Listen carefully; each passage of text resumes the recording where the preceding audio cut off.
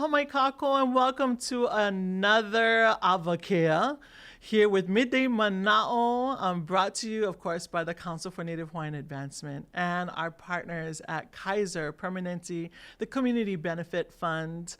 I am Mehana and unfortunately, Manu, my other partner, my pakana on this show, couldn't make it today. So we wish him well and know that he's doing fabulous things all around the honua. He's probably with one of you out there right now. But aloha Manu. So we don't have our beautiful ukulele introduction. I was trying to get our guest. Actually, I was going to tell him he has to bring an ukulele with him, but that might be asking too much of our very special guest today, Dr. Marcus Iwane, who of course is the head of the Kaiser location located down here in Kapolei. We affectionately call it Kīpukaoha. That's its name that was given to that site. But for all of you Kaiser members out there, it's called the West Oʻahu offices. Yeah. Welcome, Dr. Iwane. How are you doing today? Aloha Mehana. It's truly an honor to be here with you all today. Thank you for having me. I wish I did bring my ukulele. I know. If I knew earlier, I would have been like, oh yeah, Dr. Iwane could have the kind strummed us into our show today, right? Because you don't want to put a ukulele in my hand. It's just not gonna do my ohana proud. Yeah. But Dr. Iwane, we wanted to bring you on today because I think we were talking earlier, and this might be our first show that's specifically geared towards Native Hawaiian health, and we're doing it at a time where we want to really highlight men's health too, right? Native Hawaiian men's health. And we'll talk a little bit about the wahine after, but there is, you're a Native Hawaiian doctor, but I remember joking with you earlier that it's hard enough to get a Native Hawaiian male just to go see the doctor, let alone be the doctor, right? So can you tell us a little bit about yourself and your path? Like, how did you pick medical school? Yeah, absolutely. So that's a really long story, but I'll keep it short for y'all. So, I think my journey and really trying to get interested in wanting to pursue a career in healthcare kind of stemmed back from my upbringing. I remember spending time with my kupuna. Growing up, he actually lived in Nanakuli. And, spending time with him in the garden. Also, my other kupuna, who loved to go holo holo, kind of spending time with him, hearing stories of all these fishing expeditions and everything that kind of tied into overall health and wellness. When I think back on it, right, is learning how to farm, learning how to fish, learning how to provide for your ohana. These are very important lessons that my kupuna kind of taught me from a very early on age. And, fast forwarding years, I try to bring those types of concepts into my medical practice. For us Hawaiians, kupuna are everything, right? Right.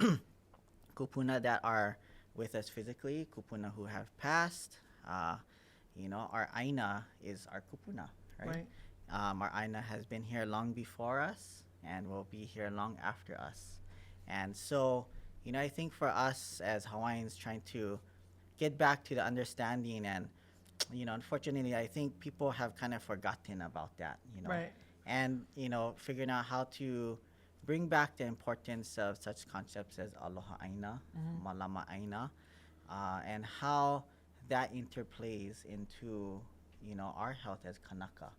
That's so appropriate because our story, our origin story, right? The thing that we go back to as who are we as Hawaii, as Hawaiian people, right? We go back to Papa and Wakea and Haloa and go back to like how our food staple is actually that kupuna to us, that which feeds us.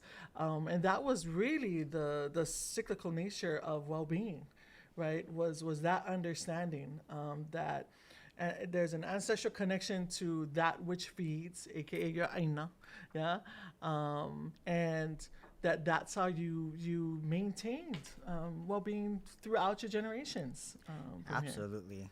You know, Absolutely. and you work, interesting you said Aloha Aina, because you're very close with the Protect Kaho'olawe Ohana also, right? And you do work there. I'm jumping around now in my questions, but I think this is such a great time to kind of introduce that here. What is your connection to PKO?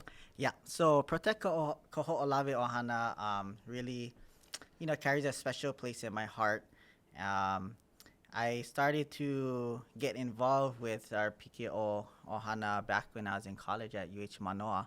And also having Ohana and Molokaʻi, being able to have the opportunity to spend time with Emmett Aluli, Dr. Aluli, in his Molokaʻi clinic. And making that connection through college and with Dr. Aluli to get involved with what PKO is all about, right? Which is really trying to get back to understanding the importance of our connection to Aina, obviously, our connection to our culture, to keep grounded, to keep humbled, to keep rooted, right? And I was so intrigued with how a person like Dr. Ululi can really walk in both worlds. Right. He can care for people, in, so to speak, a Western medicine capacity, but yet also be able to walk that traditional line too. And, being able to do that really kind of inspired me to really pursue medicine, to figure out what I can do as a Kanaka to also improve the health of our lāhui.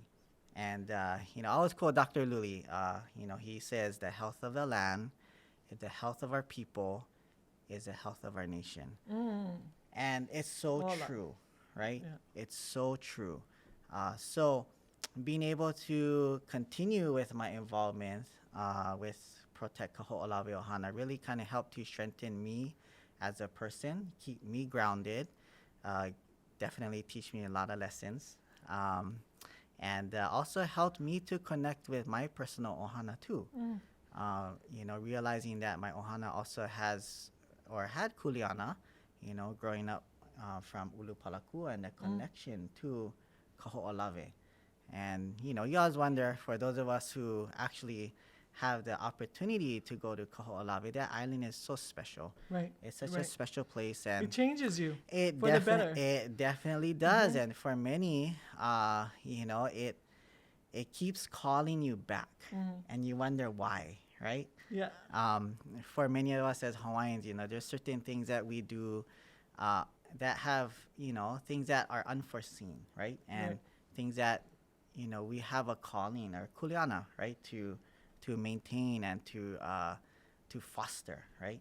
Right. Our kupuna, like I always said, had all the answers for us, right? So it's our responsibility to kind of recognize, right? See these ho'alana, see all the things that our kupuna has left for us, and kind of make those connections so that we can create pathways for our keiki and our future generations. It's so interesting that you took that path, right? That it was, Kulanui, and then going to Kaho'olawe, right? And being surrounded by people who were healing an island, right? Their purpose was to try and heal that island from all the scars left by war that was placed upon that island.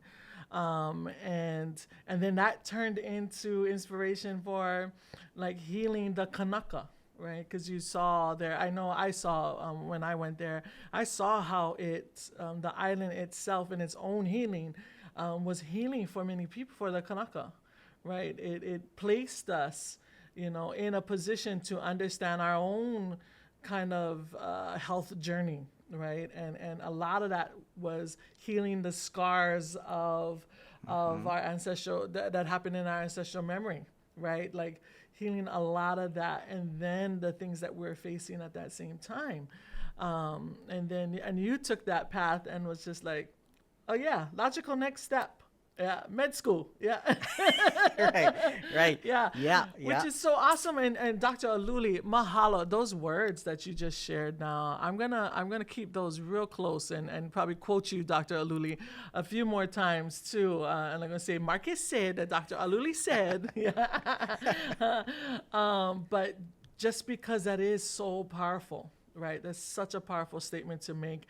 And when you connect knowledge, right, whether it's Western medicine knowledge or just the knowledge of healing, with place, right, with the space and the place that's not only shaping you but feeding you, to then carry out your own mission, right, your own part of your life. That's awesome. And then it sounds like you make connections all over the place, right? With Molokai, right? And you probably were reflecting back while you were there on your ohana here in Nanakuli and so forth. Wow, so powerful. And we also know that I know actually, because I know you're wahine, that you guys are an ohana olelo Hawaii. Aye. Yeah. And how does that role, kind of as being an ohana olelo Hawaii, played in the Dr. Marcus Iwane that we know? Yeah, absolutely. Great question. So, I think so first and foremost, I think olelo Hawaii is such an important thing for us to kind of bring forth and foster, right? So our ohana, my wife, Anela, our son Napeahi, he's currently in Kulakaiapuni, and now our daughter Kaulukoa just started Punana Leo. So as an ohana, we try to make a conscious effort every single day to bring olelo into our life, right? Mm-hmm. And part of it is, it takes time. It's a lot of work. But it's a conscious choice that we make because we want our keiki to feel comfortable speaking olelo Hawaii in Kula. Right? Mind you, this is the same place that our grandparents used to get hit with rulers. Right? If they would speak their native tongue. So, it's about recognizing that in language, right, you build identity, right? And in language, you also find culture and you also learn about traditions. So, it's also about figuring out how to reverse decades of what we call generational trauma. So this generational trauma, in medicine or healthcare, we refer to this as our social and cultural determinants to health, right? So what is this? This is where you live, where you work, where you play, right? The impact of grocery stores or sidewalks or lack thereof within our neighborhoods, right? All of these factors that play a much larger role in everyday health and wellness. So, I just, when you said that just now, it made me think about how many times I told myself, I'm not gonna stop myself from going walking, right? And people out there might be going, Mehana, he wasn't walking anyway. But no, I'm gonna tell you why. Because where I live on the main street, there is not a sidewalk, right? Down on the main boulevard, it's like it literally goes right from the road into the garage, the driveways of people. And then the other side, there's this small little path, but it's so pretty kept, and it kept me, and I don't know if that's what you're talking about, but I can see how something as simple as a sidewalk can and either having one or not having one in your area, or a safe walking path, we should put it that way, is, can be either detrimental or significant to absolutely activity. It's also recognizing that what we do in medicine, there's a lot of research out there and a lot of papers that have kind of looked into this, that what we do in medicine actually accounts for just a small part of the equation, right? It looks like medicine, the medical care we deliver, just accounts for about 11% of a person's overall health and wellness. It's an important 11% when you actually need it, but nevertheless, it's a very small piece of this equation. So, if we expect to improve the health of our communities, then we must do so much more in healthcare. I'm not just talking about from a perspective as a KOKA, but Right. our entire healthcare system. What can we do to put together to help address all these other factors, right? Right. These social, the behavioral factors, the historical and cultural factors that I think a lot of people don't really talk about. Talk about that a little bit. Like, Yeah. what does that mean? I've done some work in historical trauma, and myself, was learning what that actually meant for us, and had to reevaluate. Now start to reflect on my own life, but Right. realizing Yeah. other people are struggling from that, Absolutely. simply from that, and moving forward. But talk a little bit about Absolutely. So, talking about historical trauma, talking about cultural trauma, these are not easy things to talk about, right? But it's so important because it's not about blame, it's not about guilt, it's about recognizing that there are factors out there that can influence health, right? Even if something happened 100 years ago, for many it seems like it's still happening or Right. happened just yesterday, right? So especially for Native Hawaiians and indigenous peoples, these historical and cultural determinants are really important to address, right? You're talking about access to ancestral lands, sacred places, the fact of becoming, so to speak, second-class citizens in our very own homeland, right? Marginalization. And all of these factors, such as acculturation, discrimination, right, that lead to chronic health stressors, such as depression, Right. hypertension, diabetes, cancer.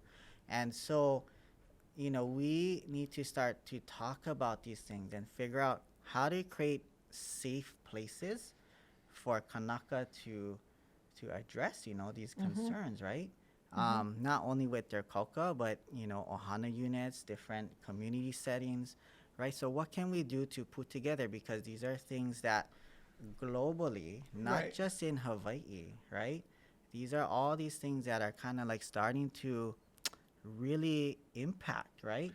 Talk about that a little bit. Like, I don't know why I'm stuck on grocery stores. I'm still there because I know, right, what happens when you walk into a grocery store, right? One, it takes all it's almost like the intelligence gets sucked right out of you because you're just prey to marketing, right? When you walk into a grocery store, right? But how does a grocery store like impact our health? Something as simple as that for our people, Yeah. and they do that every day, right? People are walking into a grocery store every day. How does it kind of impact us in a way that we don't know? Got it. So, perfect example, right? When you walk to this yogurt section, you're given a tremendous amount of choices, right? Right. Do you buy this yogurt that has the nicest decoration? Do you buy the yogurt that has the most catchiest name? Right. Or do you actually look at the label, right? To look at How the much sugar is in nutritional it? Right. content. Does this one have sugar? How much grams carbs, right? So Right. it's almost like information overload, Yeah. right? For many people, it's hard, right, to kind of like figure out, okay, what is the best thing for me, yeah, based on my health, Right. right? And I think that's where we bring up another very important topic, Mehana, is that, building that relationship with your physician, your kauka, right? Having that trust and openness to discuss your health conditions, getting your preventative screenings, all of these things to figure out, okay, well, maybe my blood sugar is a little bit high and I do have a really strong family history of diabetes. Maybe that is something that I need to focus on to maybe not pick that particular, Right. Right. really nice package off the shelf. Yeah. Right. Maybe I gotta pick something a little differently, right? Right. So it's all of these conscious choices that exactly when you walk. You never go to a grocery store when you're hungry. Right.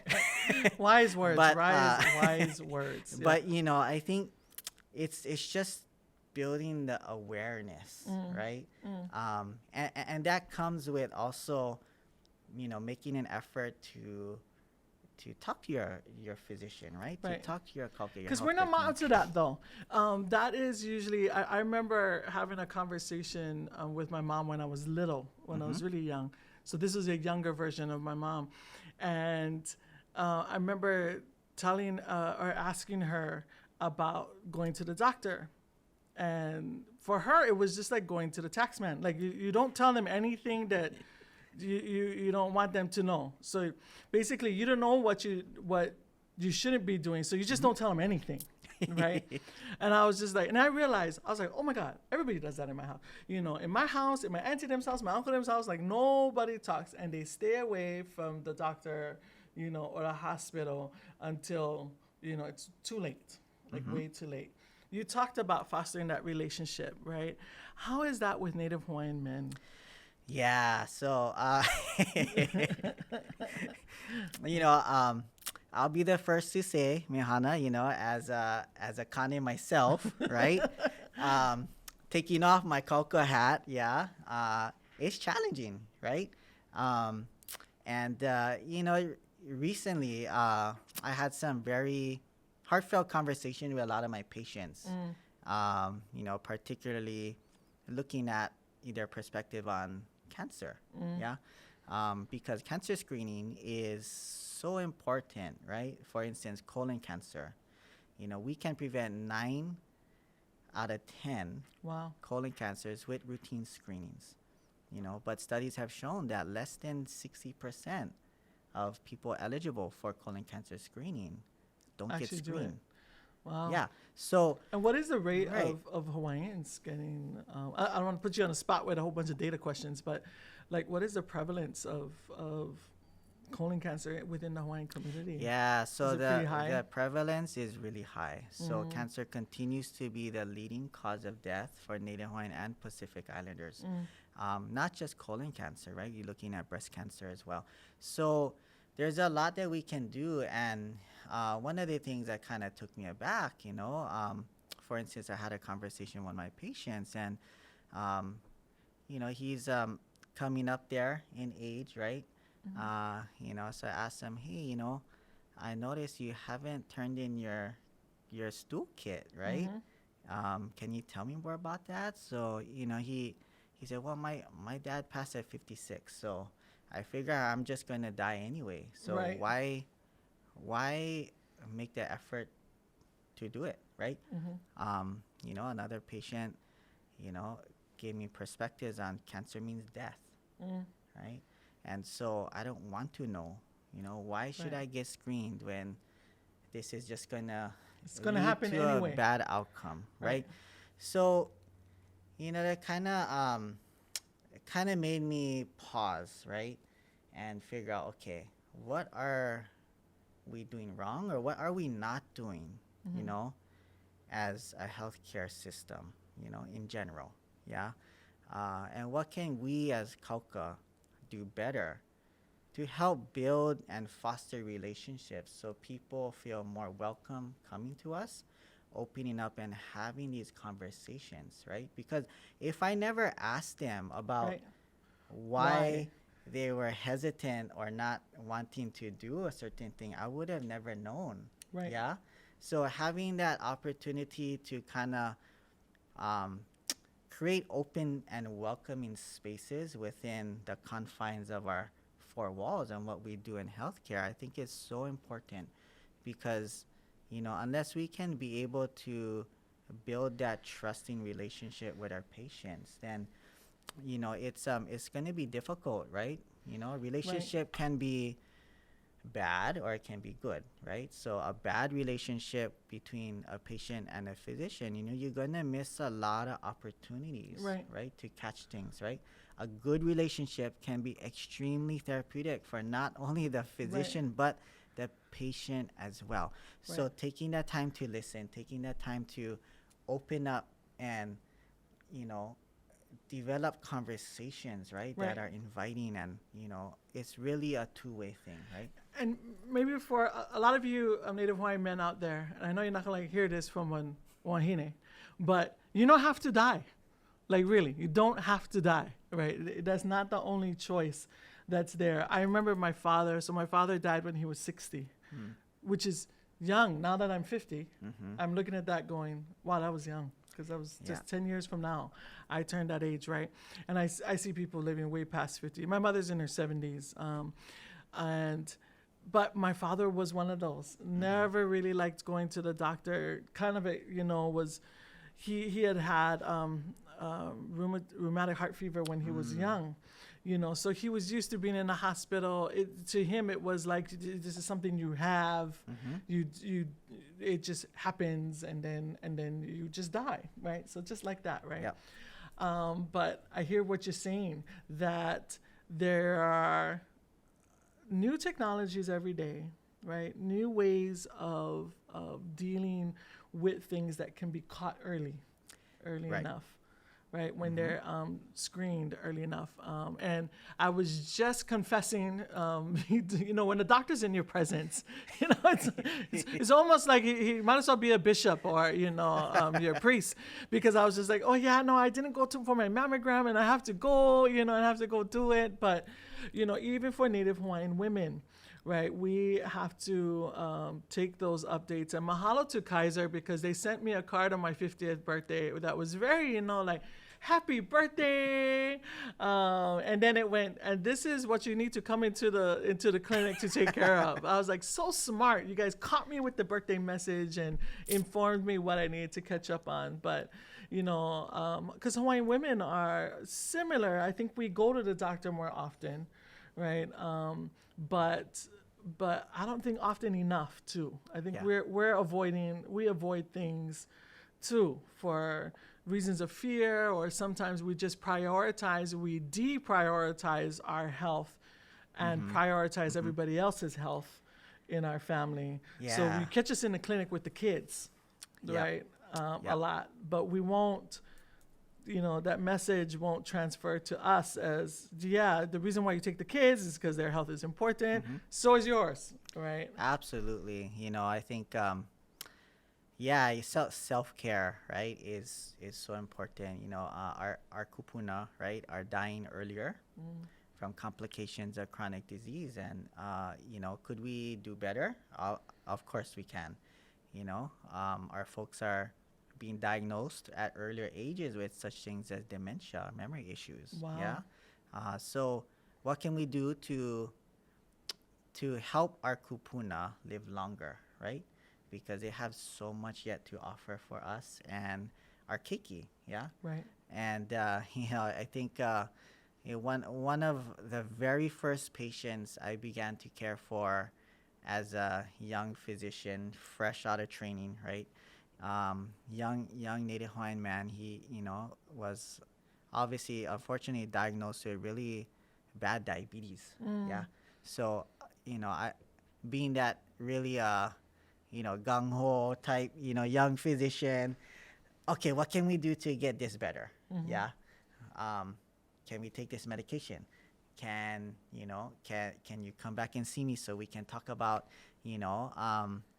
getting your blood sugars under better control? So trying to really push him, and, I didn't fully understand, why he maybe didn't seem like, he wanted to focus or prioritize this, right? Now his grandfather and his father both had bad diabetes, and they unfortunately passed a complication related to diabetes. So, for me, right, what can we do to help prevent this from happening to you? Because you also have a family to care for, right? So long story short, eventually one day he put me on the side and he said, hey, it's not that I don't want to take these medications, right? It's at the end of the day, I have to make decisions. Do I pay for a medication that you're prescribing to me, or do I put food on the table to feed my family? Now, that those words stick in my mind, right? Every Right. single day, every Right. single patient that I see, coming to the realization that there's so much other factors, right, that play into a person's Mauliola, right? Right. Health, yeah, health and wellness. And unless we as physicians are able to take a step back and recognize that, it's going to be really challenging for us to kind of break that barrier, Right. right? To Right. be able to build that trust, going back to the trust issue, and that relationship, right, to make change.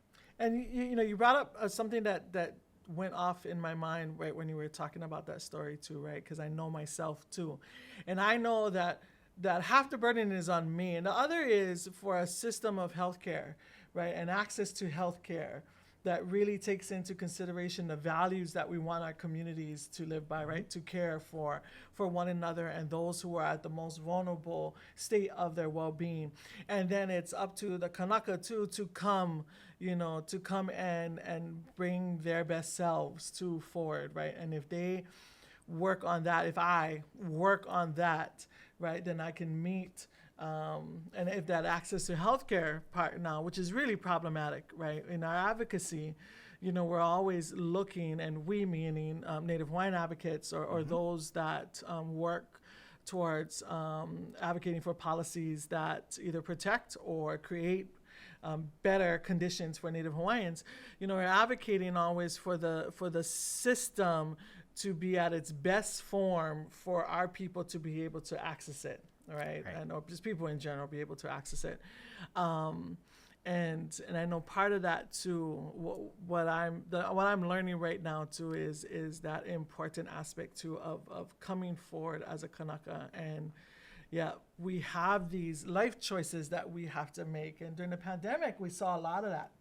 We saw a lot more of that happening, whether it was just like, we did rent relief here at the Council for Native Hawaiian Advancement for the last year and a half, 2 years, still continuing to do actually. And we see people continuing to have to make those decisions, food or roof over their head, right? Things for school, right? Or medicine, right? And those things that, sometimes some of us forget, that these are the basic questions that members of our community are asking themselves. So you can see, if you have a list of priorities, you can see healthcare, going to the doctor kind of like drop, and other things move above it in our families when we have to make these kind of decisions. Absolutely. And I think thinking back at what we can do, right, as a lāhui, right? What can we do as a community to put together? We really need more Native Hawaiians to enter field of healthcare. Yeah. Yeah. So we need more local people. We need more keiki and haumana to build an interest in wanting to care for our lāhui, right? And what can we do to support them? What can we do to provide mentorship opportunities, and help them to build a competitive application, to whatever medical profession they want to go into, whether it be nursing or becoming a kauka, right? So I think that's something that we can do as a community to put together, not just from a medicine standpoint, but as we all get older, we're going to need more people to take care of us too. Right. Yeah, so for all of you in the back who didn't hear that, we need more doctors, right? We need more Native Hawaiian doctors. We need more doctors that come from Hawaii, even non-Native doctors who understand the culture here and who are able to care for families in the way that best suits us here in Hawaii. But also program managers, program leads, if you're dealing with youth, right? If you're in a school system, or if you're in enrichment programs out there, yeah, create the pathway. I've always mahalo. I used to work for a while at Napuano'eau, and I know that we always had a health track, right? That we would bring in or expose the students to the healthcare environment, or bring in doctors, at some form, where they were on their path of becoming an MD, to come and be around the kids, right? Just to have an example, because some of them have never seen a doctor that looked like them. Right. Yeah. And, it's oftentimes finding a mentor is really challenging, right? So I feel fortunate that I had many mentors along the way who have shaped me to become the person that I am currently. But, I think finding the right mentor is so important, but it's not easy. So we, trying to create different opportunities, right? So somebody once told me that our greatest responsibility is to be good ancestors, right? And being a good ancestor also means enlightening and trying to inspire, right, the next generation, right? Yeah, our kiki to do the right thing, right, yeah, for themselves, for their ohana, for our community, yeah. Right. Yeah, I think that's something that is near and dear to my heart, and it's something that, I would not be in the position that I am today without super awesome mentors. Right. Yeah. Right. And we mahalo them so much. Yes. What could you tell? What is the message that you would say to our audience today, especially our Hawaiian men out there? If you had a list, like a bullet point, because I know men's, most men I know get ADD. They're just all over the place. They don't have enough. They don't have the span of time that you need. If you had to bullet point, okay, brothers, this is what I want you guys to pay attention to, right? What would you say to them? I would say just make that step, take that step and come in, I think that opens up a lot of doors, right? And a lot of my kane, they say, I only here because, so-and-so told me to come. Right. Right. But after the visit, they're so glad because we can talk about so many things. But what's also really cool is that, with building that relationship, with your kauka, oftentimes when you come to see me, in particular, sometimes we don't even talk about your health care, right? We talk about our hobbies, right? We talk about life. We talk about, what excites us and what fills us, as kanaka or as kane. And that in itself is super healing. Yeah. Right. So it doesn't have to be all about just blood your tests, healthcare, getting a number better. Yeah. Why you not taking the medication? Right. That is not what medicine is all about, right? Medicine is about the whole person. Yeah. Well, what I picked up in that too, right? Because I heard that little bit about that. When the first ahakane happened, a bunch of us wahine was there for kako'o, just in the registration part, and I had a number of men tell me, my wife went and dropped me off outside the gates, and she told me I gotta get in there. And I don't even know what I'm doing over here, right? But changed their life. That one experience, that first ahakane there. It wasn't all of them, but I know a few in my line who was just like, sister, I don't know, my wife just dropped me off outside the gate over there and told me I got to come inside here and call her when we pow tonight, But that is so important. So people around you, right? We grew up usually in families and households and communities that was just like, oh, mind your own business. You can see uncle or auntie over there hurting, and slowly deteriorating in their health, but nobody wants to say anything. Yeah. And I'm going to be the first one to say something, right? encourage that Kanaka to go and see their kauka, drive them down there if they have to, help them just get over the hump, right? Just get in the door. What happens after that is up to them and their kauka. But if you are in the role and you have the ability to help influence and encourage someone else to go see their kauka, please do it, right? That's our way. Our way is not to ignore somebody who is deteriorating or in pain. That's not Hawaiian. Yep. That is not a Hawaiian thing to do, right? We have embraced that as a Hawaiian way of being, but that's not us. We don't have a heritage of that. If you look at our mo'olelo, if you look at our pule, and if you look at our chants and the things that inform us about well-being, they don't have look the other way while somebody is suffering. This doesn't happen for Hawaii, right? So let's embrace some of those real critical parts of our heritage that really was a symbol of strength, right? Yeah. For thousands of years. And reclaim those values, reclaim those practices, yeah? And don't be scared. And I asked Dr. Iwane earlier if they was taking new patients, and he said, yeah. Everybody at his Yeah. clinic is taking in new patients. Yeah. You know, so it would be worth it to come down to the west side, right? Yeah, absolutely. If you're a Kaiser patient and you know, jump in Kīpukaoha, which is a beautiful site. For those of you guys who live in Kapolei and you want a nice walking path, talking about walking paths, go there. There is a beautiful walking path. Keala Ho'olaupa'i. Right? Yes, I got the name right.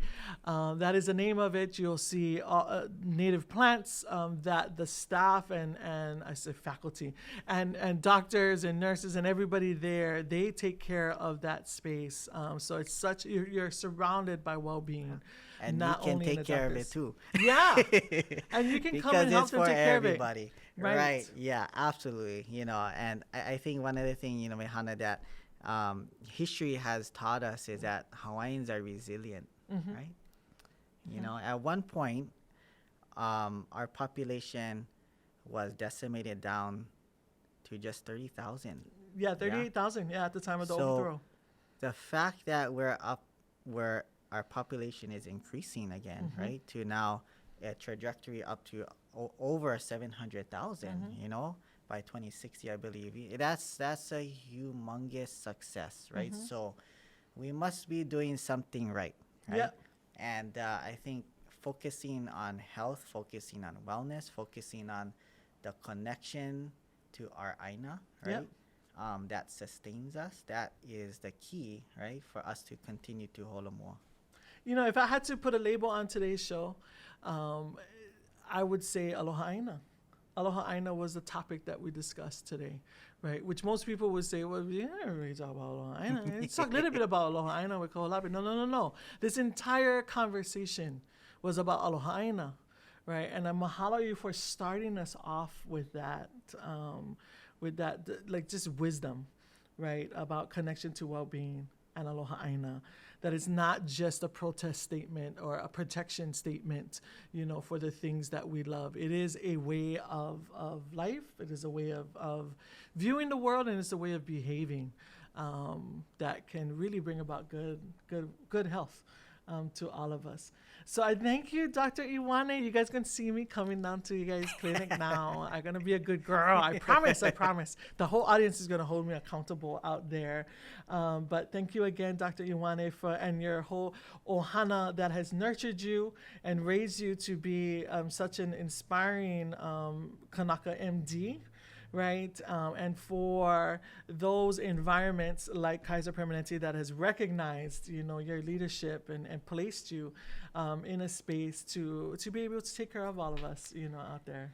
Yeah, and no, so shout out to them too. I definitely want to mahalo you, Mehana, and Council for Native Hawaiian Advancement for creating a space such that we can come together and open up conversations like this, you know, because that's what it's all about, right? It's just to be able to valao, right? Yeah. To have these kuka Yeah. sessions, because, you know, I think we can all learn from each other, right? No Yeah. one of us has all the answers, right? So Right. for us to leverage each other and to lean on each other, you know, in times like this, you know, especially coming out of this, you know, pandemic. And, you know, I think there's a lot that we can do to learn from that and learn from each other, you know, to figure out, you know, how can we continue to support each other, moving forward.